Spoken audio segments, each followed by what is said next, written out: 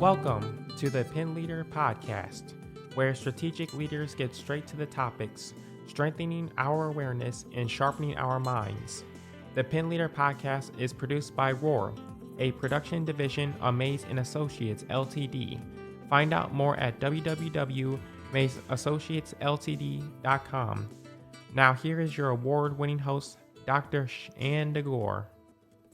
And welcome back to the Pen Leader Podcast. Today we're going to be talking about planning for the future, and I am glad to have with me Mr. Joe Fawcett, who is the Perrysburg City Administrator. He has served in so many capacities. He's been the Director of Public Services and Assistant Municipal Administrator for the City of Bowling Green, working with the Wood County Board of Commissioners. He's been a member of the International City and County Managers Association. He serves on the Wood County Veterans Service Commission and the Wood County Solid Waste Management District Policy Committee. He is a proud veteran and part of the Ohio Army National Guard, and where he served as an infantryman. And he's been a commissioned second lieutenant and a military intelligence officer, and he's served 15 years in the Army, serving in various posts. He's also been in humanitarian assistance to New Orleans following Hurricane Katrina and 2 tours of duty in Iraq. So without further ado, I'd like to welcome Mr. Joe Fawcett. Hello, Joe. Hello. Thank you very much for having me.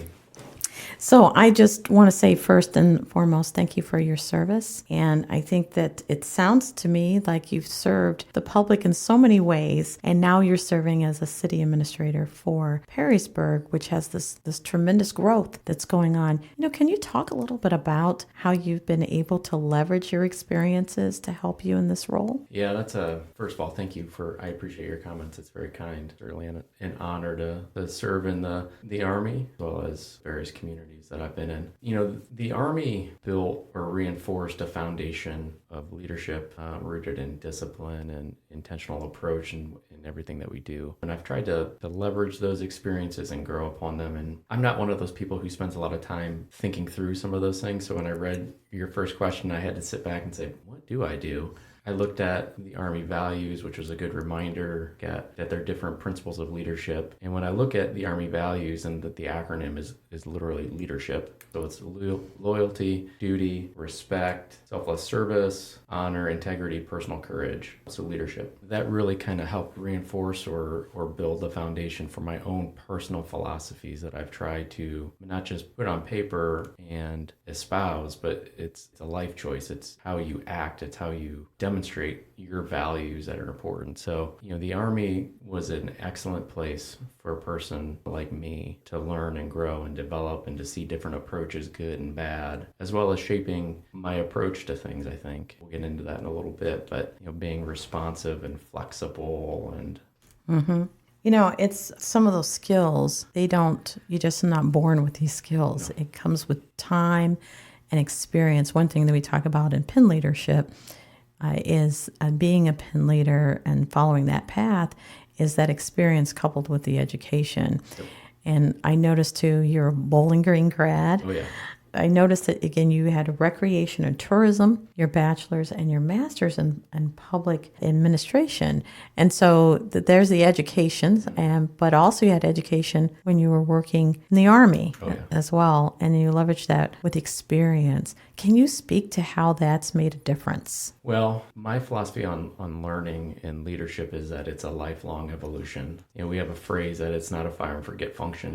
You don't just do it once and then you're done with it. That you are constantly growing and you have to constantly seek out educational opportunities to better yourself. Key element of that is reflecting. Take a step back and identify what are your own deficiencies? What are people saying? How are you leveraging to get the max out of people that work with you? But, so my philosophy has been, you have to constantly evolve and think and grow and be open to that. And one of my little phrases is if you're saying this is the way it's always been, that's code word for it's time to change. Mm-hmm. Or I don't need to learn, I don't need to do this because I know what I'm doing. Probably time for you to leave the organization or retire. Mm-hmm.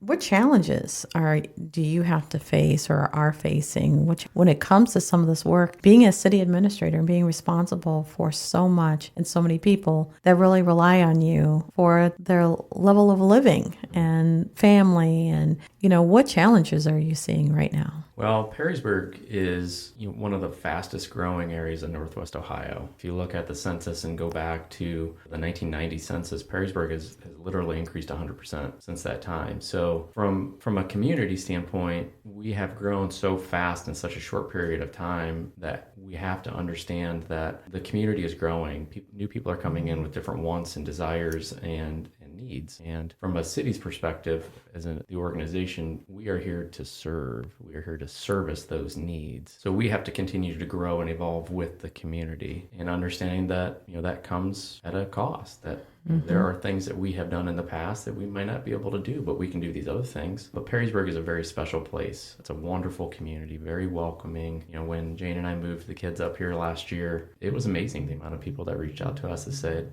welcome to the community.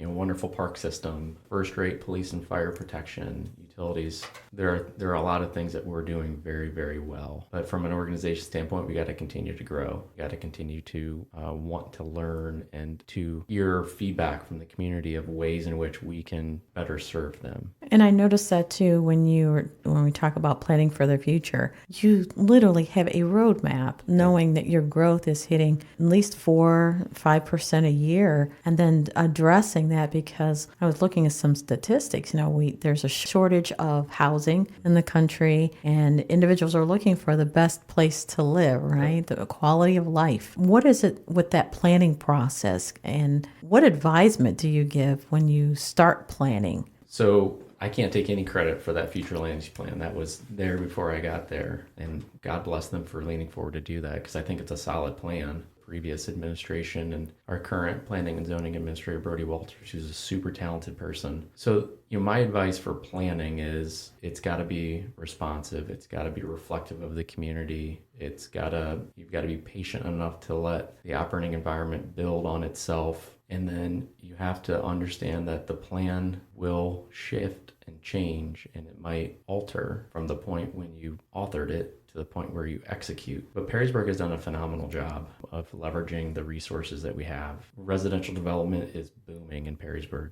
It is booming. But one thing that we need to evolve and continue to shape is our economic development approach. A long time ago, they focused on rooftops, and they hit it out of the park. But that comes at a cost, because with rooftops come services. It also comes with a very focused revenue source that has an impact on schools. We have absolutely some of the best schools in the area.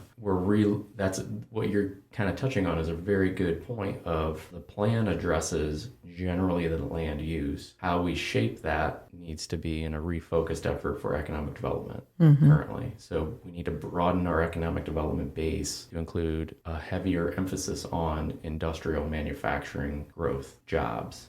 That doesn't mean we forget all these other things. It just means that we diversify the approach, and we're a little bit more intentional with those types of economic development outreach opportunities.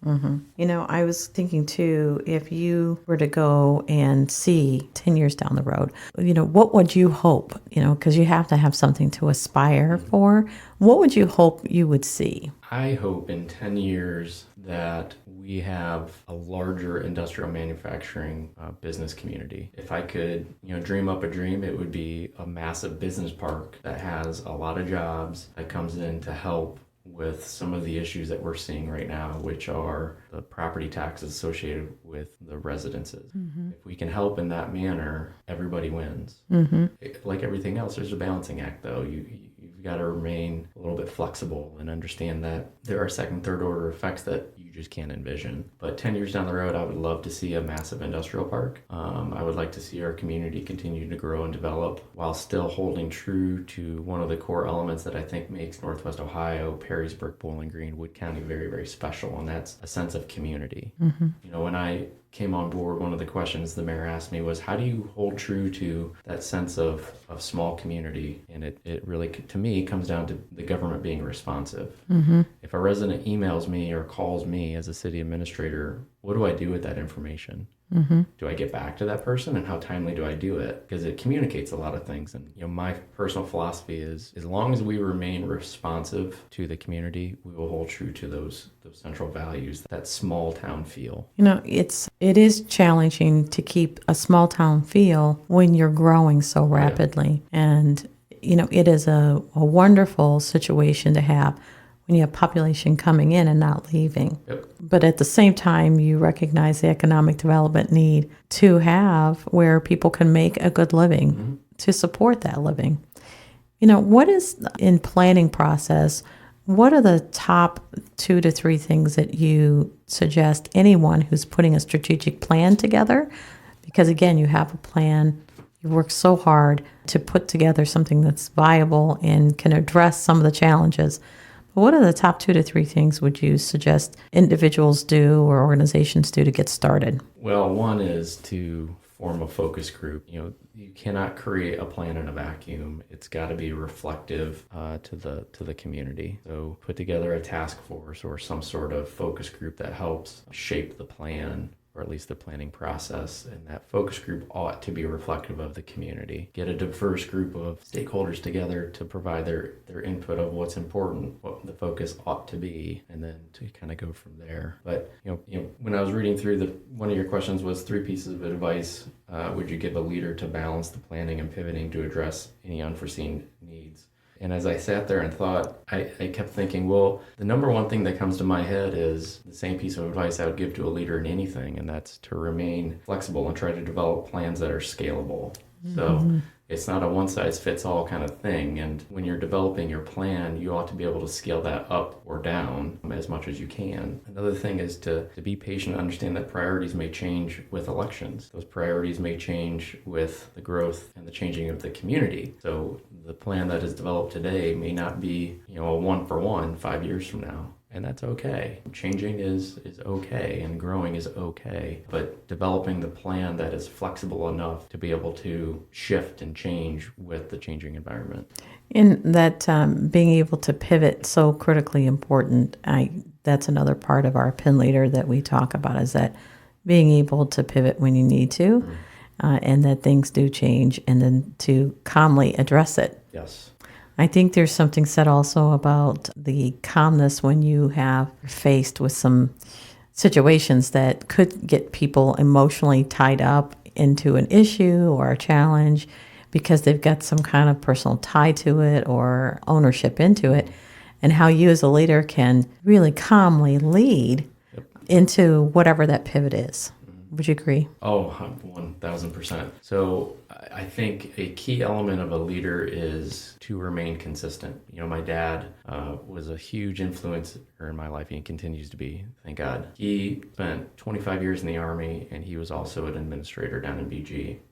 And when I was getting out of the Army and getting into public administration, and I would talk to him about some of my frustrations, one of the things he would say is, just let it water off the duck's back. Some of the stuff you just got to ignore the noise and focus on the important details. And the second part about being a duck is sit on the water, and from surface level, you look calm as can be. And that is what you project to people, because that gives people confidence. And underwater, you may be paddling 1,000 miles an hour, but on the surface level, hey, Joe's got it. We're good. It's okay. So, and one of the life lessons, you talked about in the beginning is growing and developing. One of the experiences I pulled from my time overseas is, what we're doing here is very important, but going home and being with your family is more important. And, when things get stressful and it's getting contentious, at the end of the day, no one's trying to shoot me. I'm good to go. That's so right. We'll be okay. So it's all right. Yes, I've had a number of conversations with my husband. He's retired firefighter, but I look at compared to what he had to face, compared to what I'm not going into a burning building. Right. And the fires that I work with, we can put them out and we can sit down and talk through, and someone is not going to die. Right. Yeah, we all have stress. That's right. So yeah, we all have stress, and how you manage it. And so this leads me to my last question is, what do you do for fun? Well, That's a great question too. We have 3 very active kids, 14, 11, and 9. So when I'm not at work, I'm usually the dad taxi of driving a kid here or there, or Jane is taking another kid over there. But spending time and really investing in that, thing that I love. I love football. I love watching the NFL, college football, but I like reading too. Either historical fictions or kind of a leadership nerd. So I like reading leadership books and, again, trying to grow and develop my own approach. So Excellent. Well, I can't thank you enough for coming on and just sharing, what planning looks like and the advisement you would give for anyone who's facing having to put a plan together for their organization or potentially for their city. Yeah, you're more than welcome. And, planning is not a one-size-fits-all solution. Plans have to, again, be reflective of the community. Leveraging the community to create the plan develops buy-in and ownership, and that is a critical element to planning, but it's also a critical element in public administration and really just day-to-day life. Excellent. Well, thank you so much. And I'd also like to say thank you to our listeners for those who are sharing the show. And hopefully you've picked up some great information about what you can do concerning leadership and advisement that you might be giving to others within your organizations. So don't forget to give feedback to info@mazeassociatesltd.com. And of course, until next time. The Pen Leader Podcast is hosted by Dr. Shanda Gore and brought to you by Maze & Associates Ltd, creating customized solutions for growth in the areas of leadership development, strategic planning, and culture building. Find out more at www.mazeassociatesltd.com. Don't forget to subscribe to the Pen Leader Podcast and share with others.